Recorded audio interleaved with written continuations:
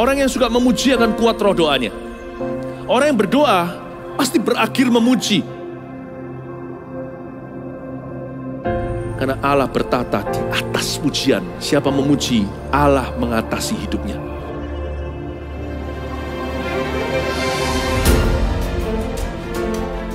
The Year of Praise, tahun pujian menjadi sebuah petualangan yang tiada dua.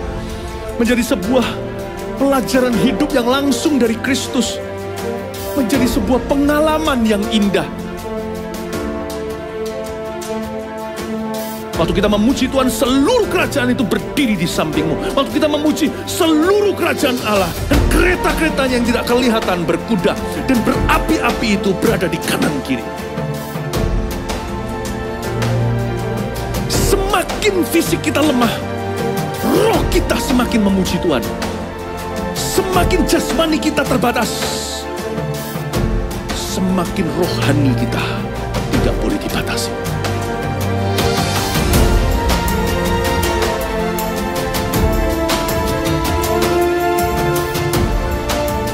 Welcome to the Year of Praise and Provision. Mari kita mengizinkan Tuhan merajut rancangan yang belum pernah kita bayangkan.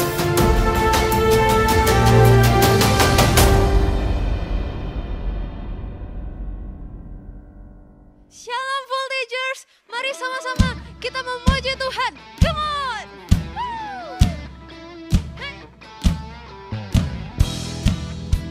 Semua bisa kasih tepuk tangan buat Tuhan kita.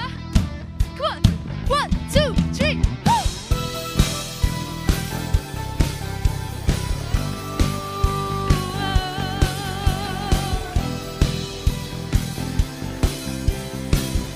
Sama-sama katakan, terangmu.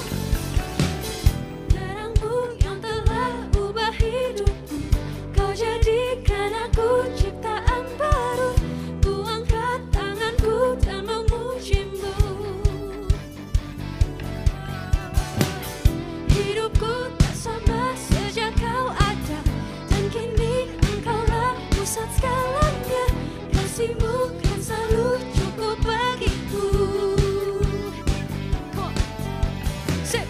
Keagunganmu, kedahsyatanmu terpancar dari indahnya dunia. Segala yang ada telah kau ciptakan, karyamu sungguh tiada tanya.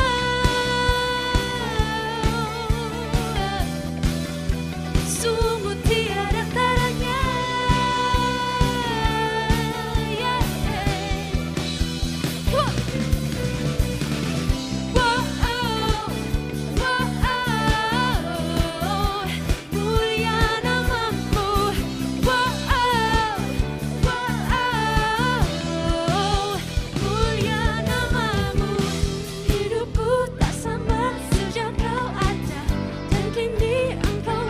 Pusat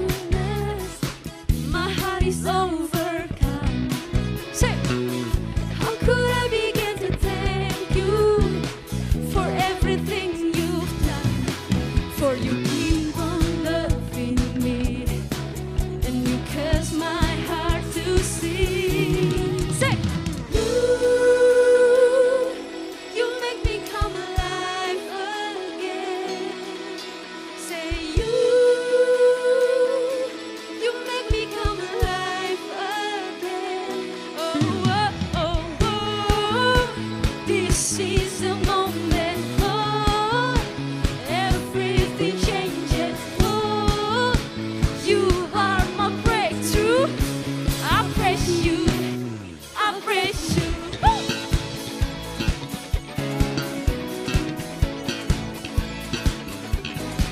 Hey, yeah. Oh. Come on, say, come on, everybody. So come on, everybody. It's time to celebrate. Say, woo! We will never stop singing and lifting up your name. So you keep on loving me and you cause my heart to sing. Come on. You make me come alive again. You make me come alive again. Thank you. You make me come alive again. Oh, oh, say, oh, this is the moment. Oh, everything changes. Oh, you are my breakthrough. I praise you. I praise you.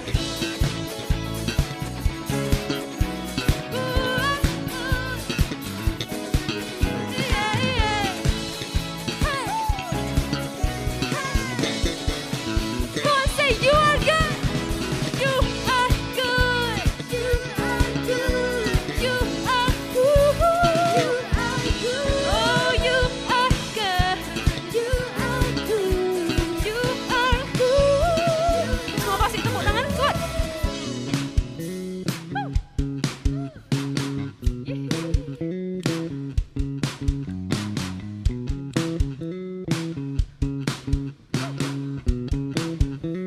Sama-sama ya. Say, oh, this is the moment. Oh, everything changes. Oh, you are my breakthrough. I praise you. I praise you. Oh, this is the moment. Oh, everything changes. Oh, you are my breakthrough. I praise you. I praise you. 1, 2, 3, hey!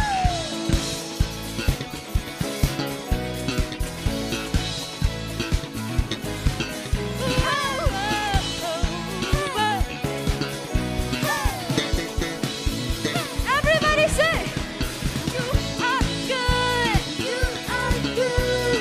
You are good. You are good. You are good. You are good. You are good. Haleluya. Kasih tepuk tangan buat Tuhan kita. Haleluya. Nyalakan apimu.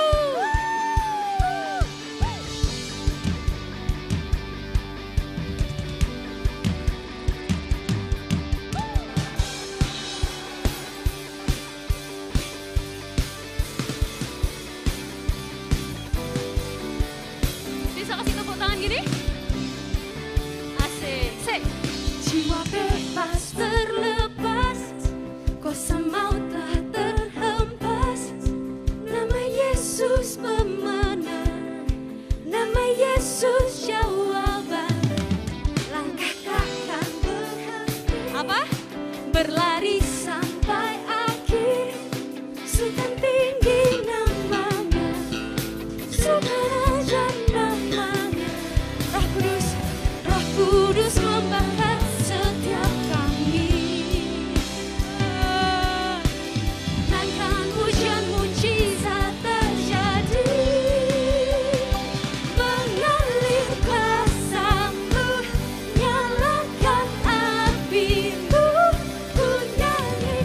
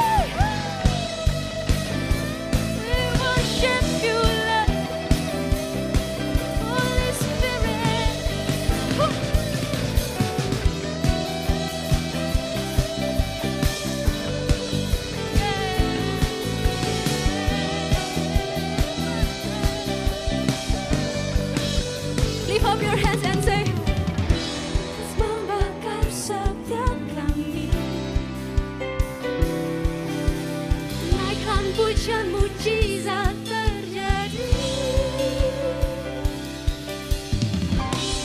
Come on, mengalir kuasa-Mu, nyalakan api-Mu, ku nyanyi, oh will, oh will, oh will, oh. Tercurah kuasa-Mu, nyalakan api-Mu, ku nyanyi, oh will,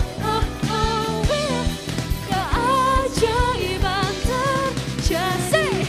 Hey, hey, hey, hey, hey, hey, hey, hey, hey,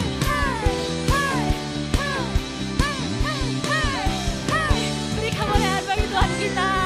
Haleluya, haleluya, haleluya. Ini hidup kami Tuhan. Kami masih muda Tuhan, tapi kami tahu Tuhan punya rencana yang jauh lebih besar dari apa yang bisa kami bayangkan. Nah, hari ini Tuhan, kami mau serahkan masa muda kami ke dalam tangan-Mu.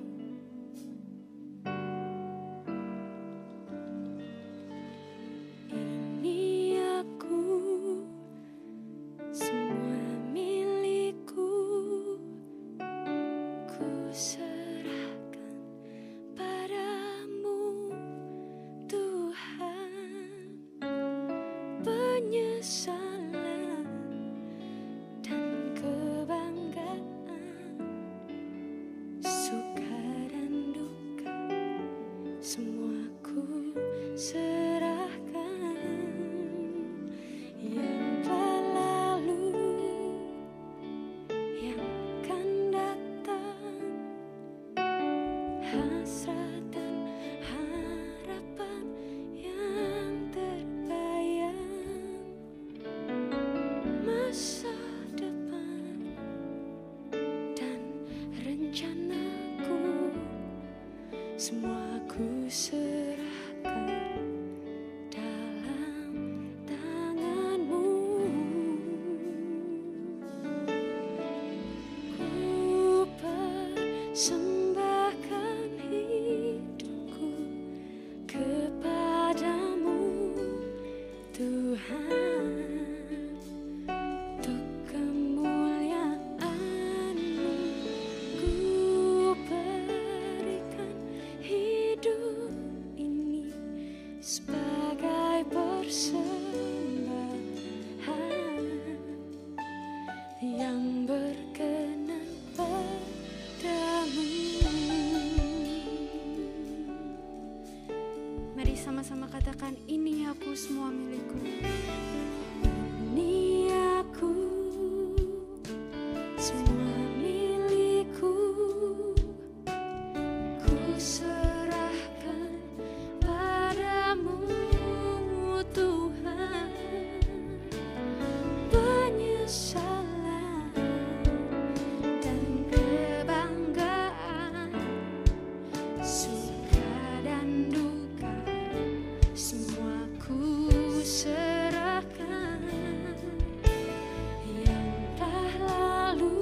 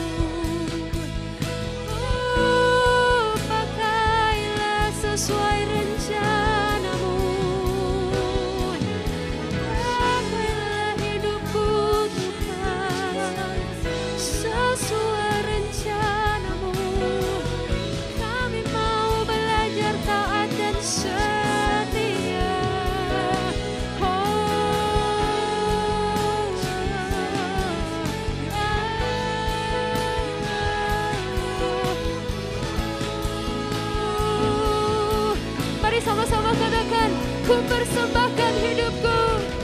Ku persembahkan hidupku kepadamu Tuhan.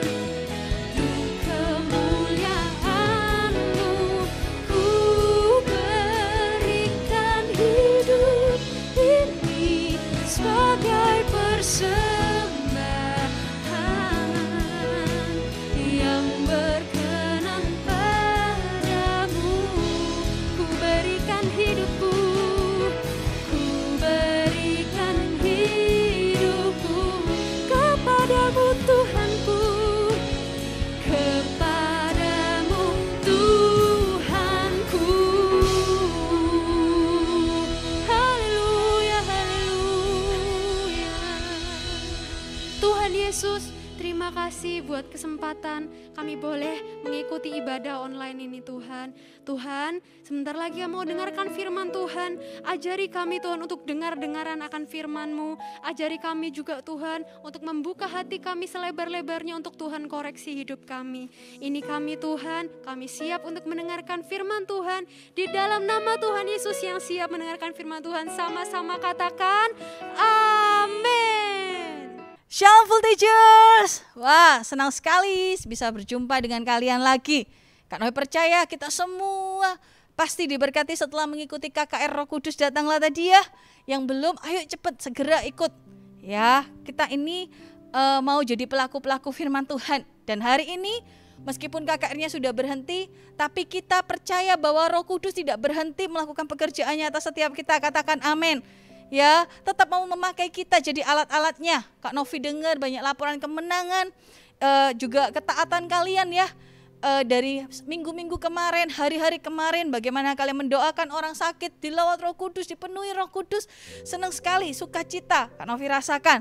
Ya, welcome home semuanya, juga termasuk bagian yang bagi kalian yang baru pertama kali ikut ibadah streaming ini. Ya, senang sekali bisa berjumpa dengan kalian. Buat yang pertama kali hadir, pertama kali ikut ibadah ini, jangan lupa setelah selesai doa berkat nanti segera masuk ke Zoom yang sudah tertera di layar kalian ya, linknya. Jangan lupa langsung join. Tanya sama kakak-kakak yang ada di ruang Zoom itu, Kak, di mana, bagaimana caranya supaya aku ikut connect group. Dalam perjalanan rohani kita nggak bisa sendirian, butuh orang lain supaya kita ini nggak gampang goyah. Oleh sebab itu, ayo yang baru pertama nanti masuk ke ruang Zoom, nggak apa-apa dari semua kota boleh. Ya, akan ada kakak-kakak yang welcome kalian, menyambut kalian untuk sama-sama kita akan beribadah di hari-hari ke depan, juga CG ya. Tema hari ini adalah ketaatan membawa mujizat. Meskipun nih KKR-nya udah selesai, tapi pekerjaan Roh Kudus itu belum selesai atas kita. Ya, karena apa? Karena Roh Kudus akan menyertai kita sampai akhir zaman. Sampai nanti dunia ini sudah tidak ada lagi gitu ya. Roh Kudus tetap menyertai kita. Hari ini Roh Kudus terus melakukan pekerjaannya atas kita. Yang kemarin-kemarin berjumpa dengan Roh Kudus, dibaptis Roh Kudus secara pribadi, ayo jangan lewatkan untuk tetap saat teduh dengan berbahasa roh supaya kita ini semakin dekat dengan Tuhan. Ya, ketika Roh Kudus berkata-kata dalam hati kita, kita ini dengan peka bisa menuruti, bisa melakukan apa yang Roh Kudus mau. Katakan amin. Ya, Roh Kudus selalu mau bersekutu dengan kita. Ayo bangun jam-jam doa. Tapi hari ini Kak Novi akan membawakan firman Tuhan dari Kisah Para Rasul 3 ayat yang pertama sampai ke 10. Kisah Para Rasul 3 ayat yang pertama sampai ke 10. Sekali lagi ya, Kisah Rasul 3 ayat yang pertama sampai ke 10. Kita baca sama-sama. Ayat yang pertama, perikopnya adalah Petrus menyembuhkan orang lumpuh. Nah, enggak kebetulan ya, minggu lalu Kak Novi juga bilang Yesus menyembuhkan orang lumpuh. Hari ini Petrus menyembuhkan orang lumpuh. Nah, berarti Tuhan Yesus itu sudah menggenapi janjinya. Kan Tuhan Yesus bilang, nanti kalau Tuhan Yesus sudah terangkat ke surga, akan memberikan kepada kita roh penolong, penghibur. Ya, juga memberikan kuasa atas setiap kita untuk melakukan apa yang seperti Yesus lakukan, bahkan perkara-perkara yang lebih besar. Karena kita punya siapa? Roh Kudus. Iya kan? Nah, di Kisah Para Rasul ini ceritanya Yesus sudah terangkat ke surga. Lalu yang terjadi adalah para rasul ini dipenuhi oleh Roh Kudus. Kisah Rasul pasal yang kedua ya. Dan di pasal yang ketiga nggak pakai lama, maka para rasul ini mulai bergerak, mereka antusias, nggak punya rasa takut karena apa? Ada Roh Kudus. Sama seperti kemarin-kemarin kalian itu ya, waduh kayaknya mau sungkan ya, mau doain orang atau mau ajak orang ikut KKR, tetapi kalian melawan rasa sungkan itu. Karena Roh Kudus di dalammu itu terus mendorongmu, ayo semangat, semangat. Sama seperti para murid, ketika mereka sudah diurapi oleh Roh Kudus, maka mereka antusias. Ya, mereka mengajar di bait suci. Lalu dikatakan bahwa ayat yang pertama kita baca sama-sama ya, hanya 10 ayat. Pada suatu hari menjelang waktu sembahyang, yaitu pukul 3 petang, naiklah Petrus dan Yohanes ke bait Allah. Di situ ada seorang laki-laki yang lumpuhnya sejak lahir, sehingga ia harus diusung. Tiap-tiap hari orang itu diletakkan di pintu gerbang bait Allah yang bernama Gerbang Indah untuk meminta sedekah kepada orang yang masuk dalam bait Allah. Ya, para murid ini kemudian pergi ke bait Allah mau berdoa. Petrus dan Yohanes hari itu kejadiannya. Lalu di situ ketika mereka mau masuk, ada seorang laki-laki yang lumpuh sejak lahir. Ya, ketika kita ini menemukan orang sakit, kita ini tidak boleh gampang menghakimi. Wah, pasti kamu dosa ini, orang tuamu dosa ini, itu bukan bagian kita. Ya, kita ini berikan aja perhatian. Di sana itu lumpuhnya sejak lahir. Jadi orang ini, Kak Novi bayangkan kakinya itu pasti tidak kuat karena tidak pernah berdiri, nggak pernah tahu rasanya jalan. Mungkin kakinya itu mengecil, tidak sebanding dengan badannya. Karena kalau makan terus kan pasti penumpukan lemaknya itu di bagian atas. Tapi kakinya tidak terlalu kuat, sehingga ia harus diusung. Tiap-tiap hari orang itu ditaruh di pintu gerbang bait Allah. Untuk apa? Untuk minta-minta. Ya, orang ini kasihan ya, karena mungkin dia juga harus hidup. Maka pekerjaan satu-satunya yang bisa dilakukan adalah menunggu belas kasihan orang, minta sedekah. Lalu berikutnya kita baca ya. Ketika orang itu melihat bahwa Petrus dan Yohanes hendak masuk ke bait Allah, ia meminta sedekah. Mereka menatap dia dan Petrus berkata, "Lihatlah kepada kami." Nah, ketika Petrus dan Yohanes datang, orang ini juga siap-siap nih, udah mau menjulurkan tangannya, minta sedekah. Tetapi gitu ya, Petrus berkata, "Lihatlah kepada kami." Wow, Petrus ini punya keberanian yang baru. Ya, Petrus ini bilang, "Ayo lihatlah kepada kami." Lalu orang lumpuh itu menatap mereka dengan harapan akan mendapat sesuatu dari mereka. Pasti yang diharapkan itu adalah koin, uang. Ya, dia berpikir mungkin lihatlah kepada kami, mungkin ya harapannya gitu ya. Wah, orang ini mau kasih uang banyak. Kalau biasanya cuma 1 koin, 2 koin uang receh, mungkin orang ini akan kasih banyak. Tetapi gitu ya, Petrus berkata apa? Ayat yang ke-6, tetapi Petrus berkata, "Emas dan perak tidak ada padaku, tetapi yang kupunyai kuberikan kepadamu. Demi nama Yesus Kristus orang Nazaret itu berjalanlah." Wow, Petrus ketika dipenuhi Roh Kudus itu imannya up 1000%. Ya, begitu berani. Ingat ya, kalau lihat sejarahnya Petrus dulu ya. Petrus ini orangnya harusnya hatinya baik, tetapi seringkali karena sikapnya itu jadi disalahpahami. Ya, Petrus ini seorang yang berperingai kasar gitu ya, agak kasar. Ya, blak-blakan. Membela Yesus pun juga blak-blakan gitu ya. Wah, tebas telinganya orang Romawi yang mau tangkap Yesus. Tapi ketika berjumpa dengan Roh Kudus, hidupnya diubahkan. Petrus yang dulu mungkin gegabah orangnya, tapi imannya nggak berubah. Setelah berjumpa dengan Roh Kudus, imannya langsung naik. Tapi juga ada yang berubah, bukan cuma imannya, tapi Petrus menjadi pribadi yang berbeda. Ya, ketika Yesus terangkat ke surga, Roh Kudus dulu hidupnya diubahkan.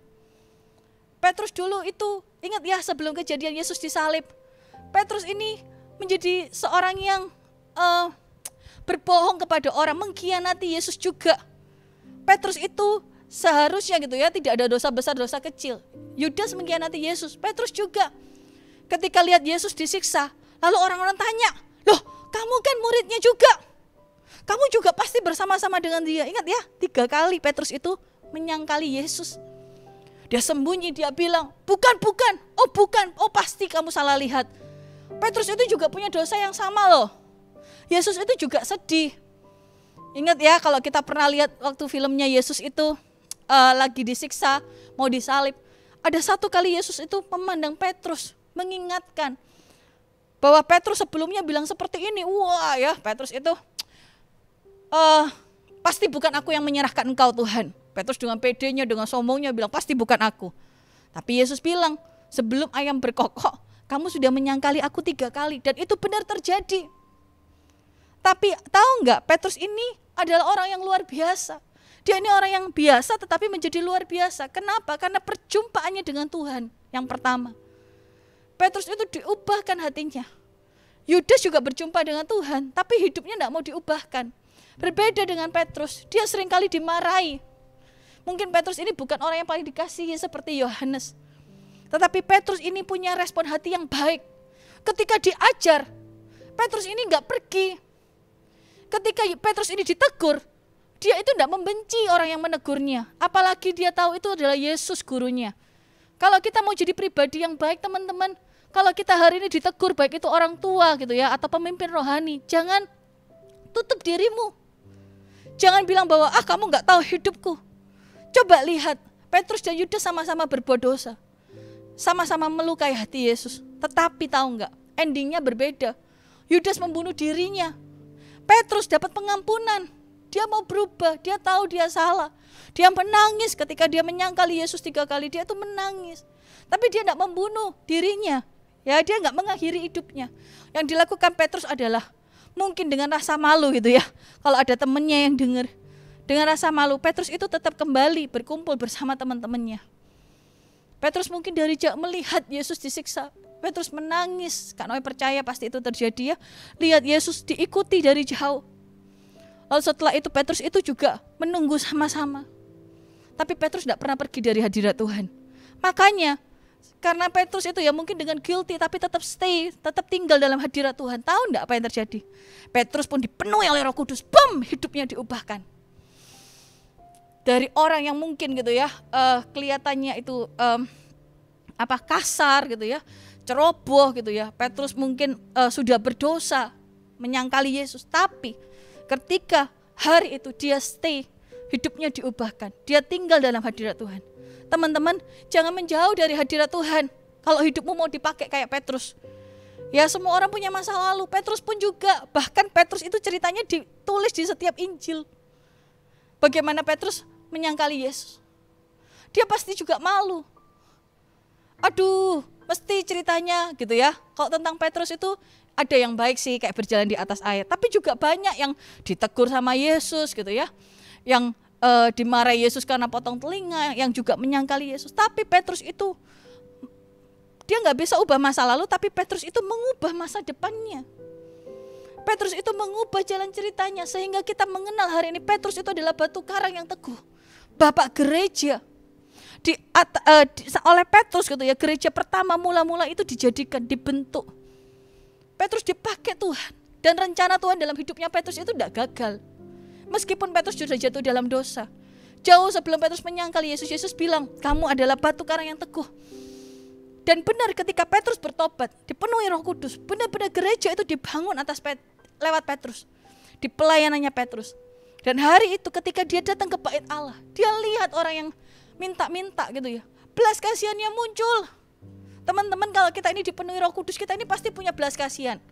Kalau kita nggak dipenuhi Roh Kudus, kita itu susah untuk berdoa buat orang lain. Kita pasti berpikir, ya yang penting kan doa buat diriku sendiri. Yang penting ya kan aku, yang penting keluargaku. Tapi kalau kita itu dipenuhi Roh Kudus, maka hati kita itu gampang masgil. Maka hati kita ini gampang tersentuh. Maka Roh Kudus itu terus mengingatkan kita ketika kita marah mungkin. Harusnya kita yang marah karena kita disakiti. Tapi Roh Kudus bilang, ampuni. Maka kita bisa dengan mudah mengampuni. Meskipun mungkin kita gak kepingin melakukannya, tapi Tuhan kasih kekuatan untuk melakukannya. Mungkin hari ini gitu ya, kita ini disakiti. Tapi kita bisa belajar untuk bukan cuma mengampuni, tapi melupakan. Karena apa? Punya Roh Kudus di dalamnya. Petrus hari itu lihat orang ini, kasihan. Belas kasihannya muncul. Lalu apa yang terjadi ya? Yang terjadi adalah Petrus bilang, lihat aku. Orang ini tidak mengerti. Orang lumpuh ini ada di depan pintu. Ya, tetapi mungkin dia ini sudah putus pengharapan.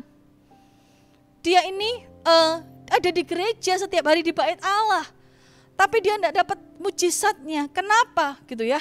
Karena mungkin tidak ada orang yang berkata bahwa ayo ikut kenal Yesus, ayo berubah hidupmu, ayo aku doakan ya. Di sekitar kita itu ada banyak orang seperti orang lumpuh ini.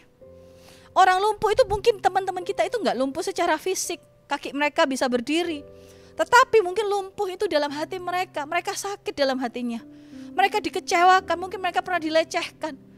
Teman kita gitu ya, atau saudara kita mungkin mengalami masalah hari ini.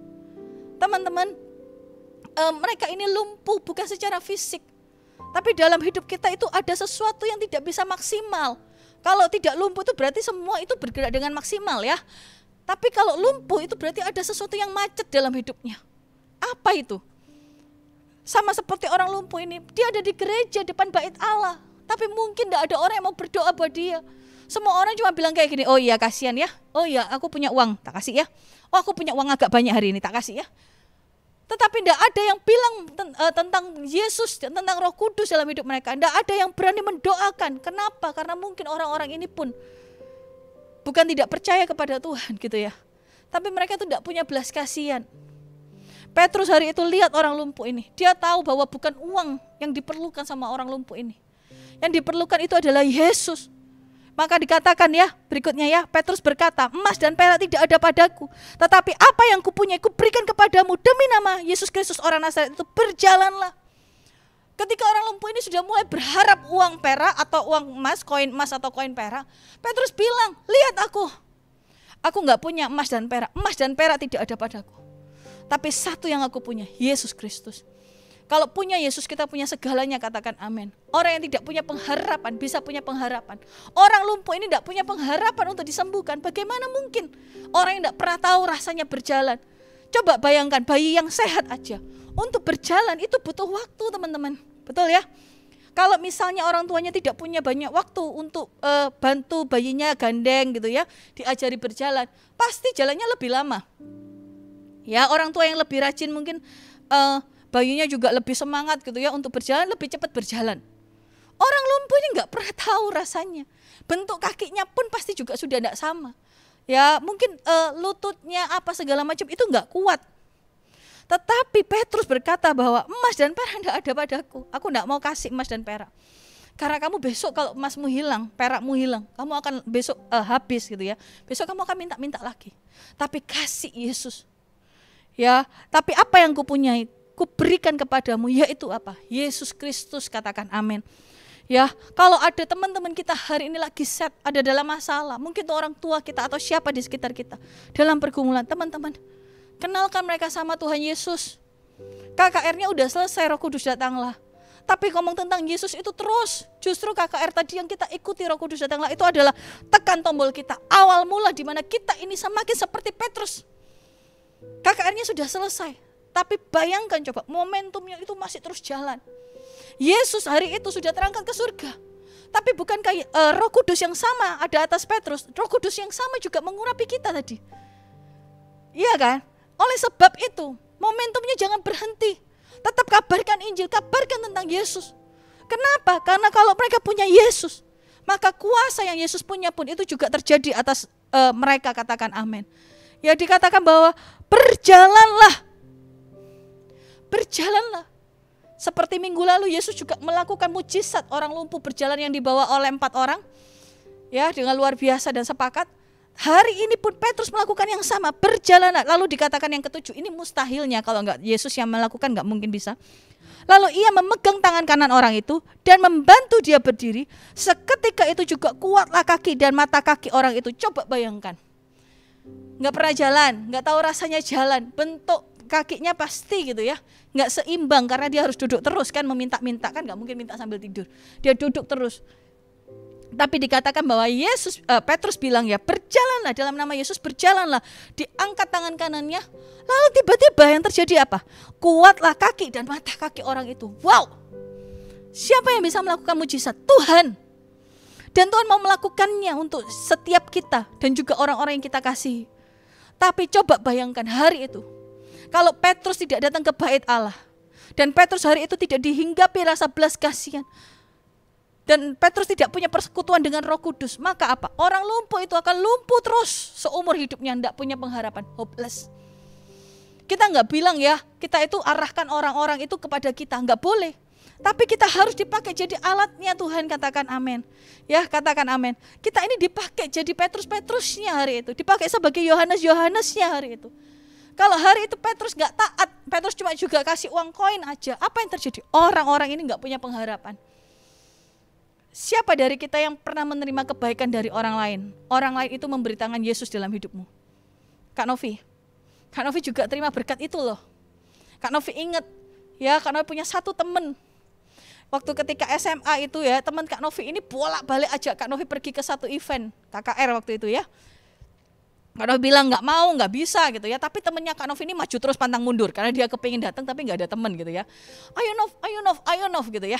Lalu sampai akhirnya ya udahlah ya, akhirnya datang. Tapi Kak Novi begitu berterima kasih sama satu teman ini. Karena dia terus ajak Kak Novi datang.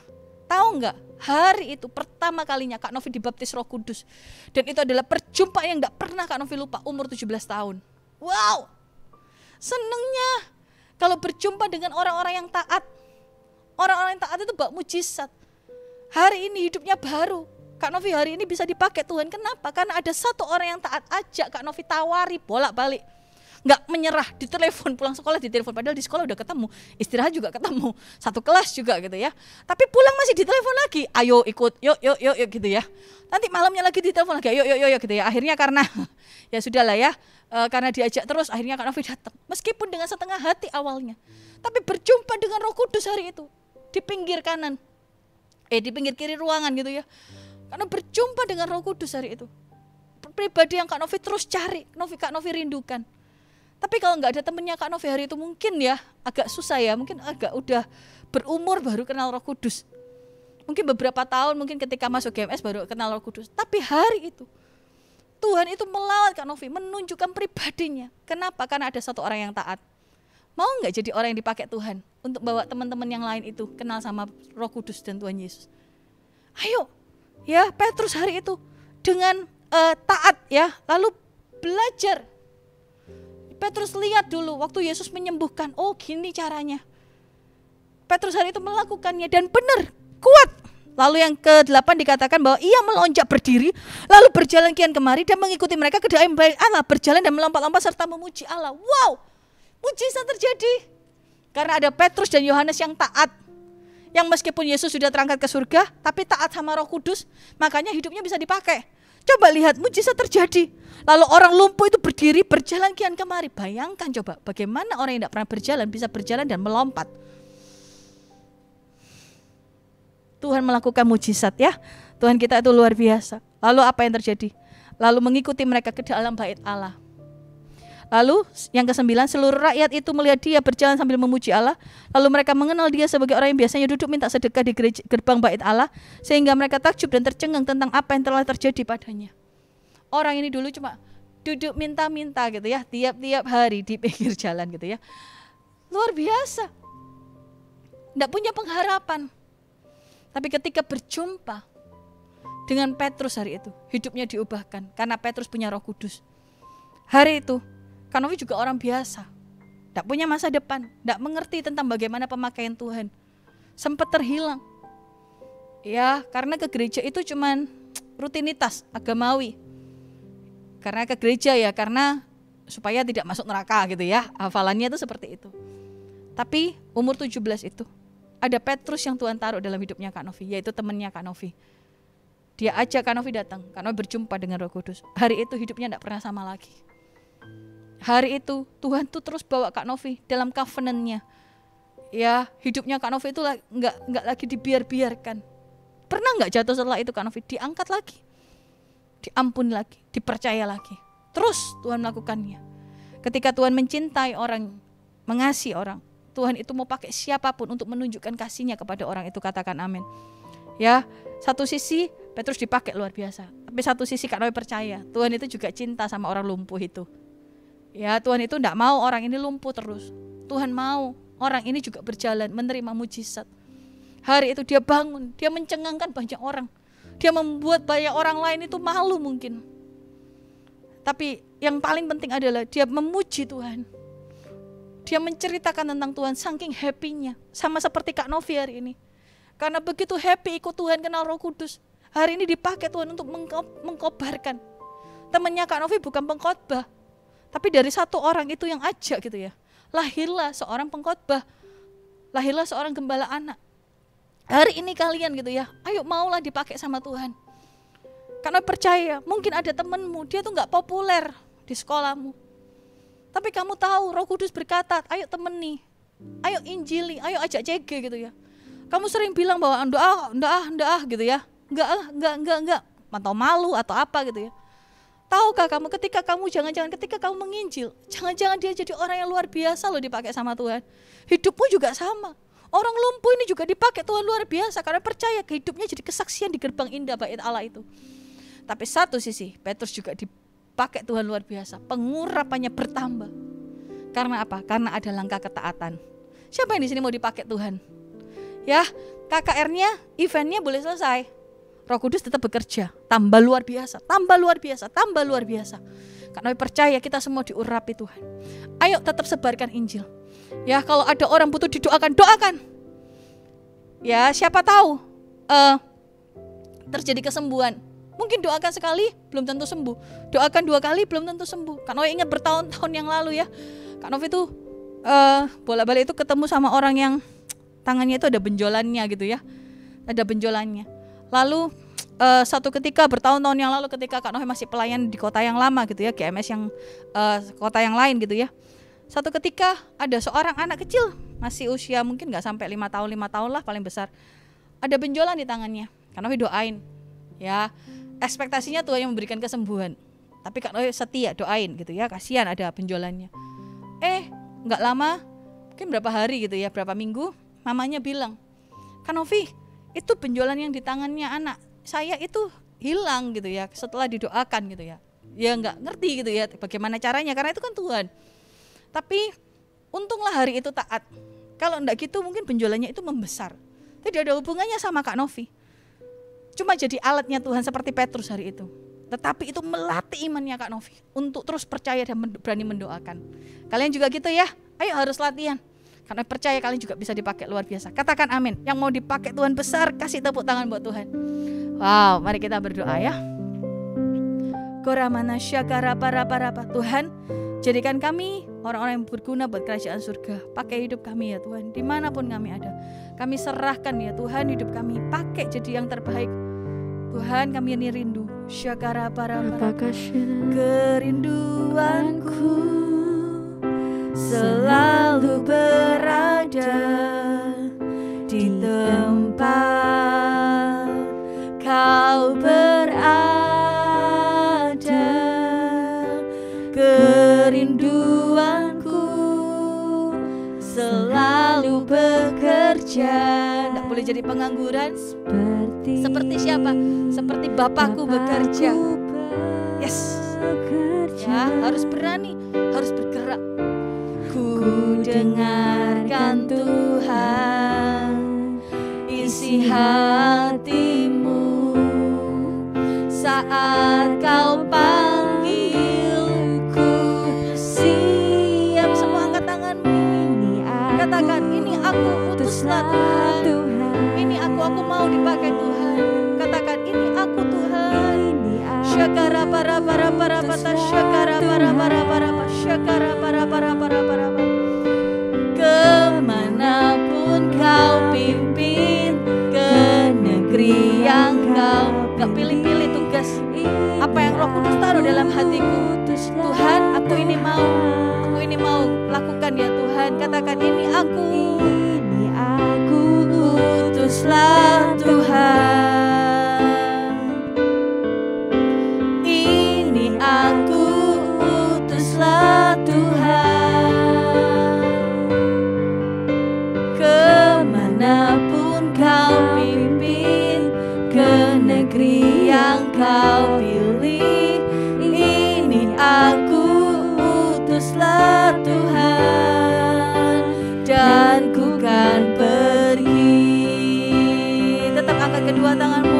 Mari sama-sama dengan sungguh-sungguh katakan, ini aku Tuhan. Pakai hidupku ya Tuhan. Syakara para bata, syakara para bara. Ini aku, utuslah Tuhan.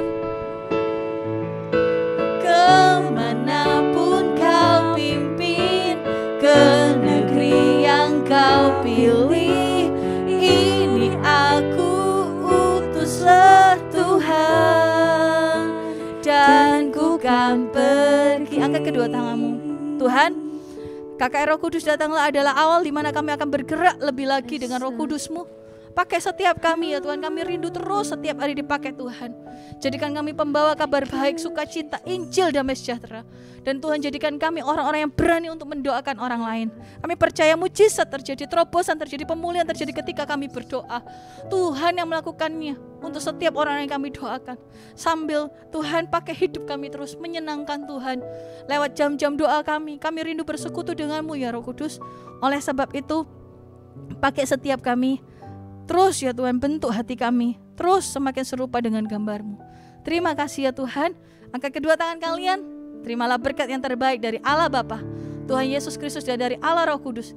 Dan ketika kita hidup seperti yang diperintahkan firman Tuhan, apapun yang kita lakukan akan dibuat Tuhan berhasil.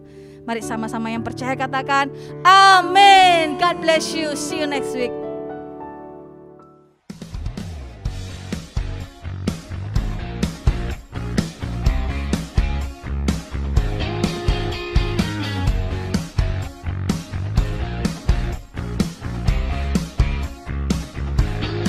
Hai Voltagers, bagi kalian yang baru pertama kali hadir di Voltage Online Service, setelah ibadah selesai, kalian bisa akses link gms.church/connect untuk mendapatkan informasi seputar gereja Mawar Sharon. Jangan lewatkan firman dan doa setiap hari Kamis pukul 7.30 malam bersama Pastor Samuel Muji dan Pastor Lanitan, live melalui Instagram, YouTube, dan Facebook Pastor Lanitan.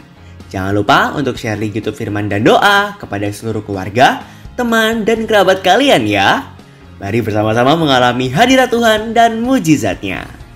Nah, buat para Voltagers yang belum bergabung dalam Connect Group, yuk daftarkan diri kalian agar setiap kita bisa digembalakan dengan baik dan bertumbuh bersama-sama dalam Tuhan Yesus Kristus.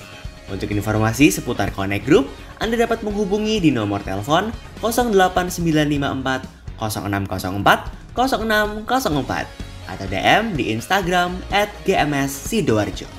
Untuk persembahan dan persepuluhan dapat dilakukan melalui QR Code di handphone kalian masing-masing melalui aplikasi BCA Mobile, Sakuku, OVO, Dana, GoPay, ShopeePay, dan Link Aja. Juga dapat dilakukan melalui transfer di rekening BCA atas nama Gereja Mawar Sharon 2.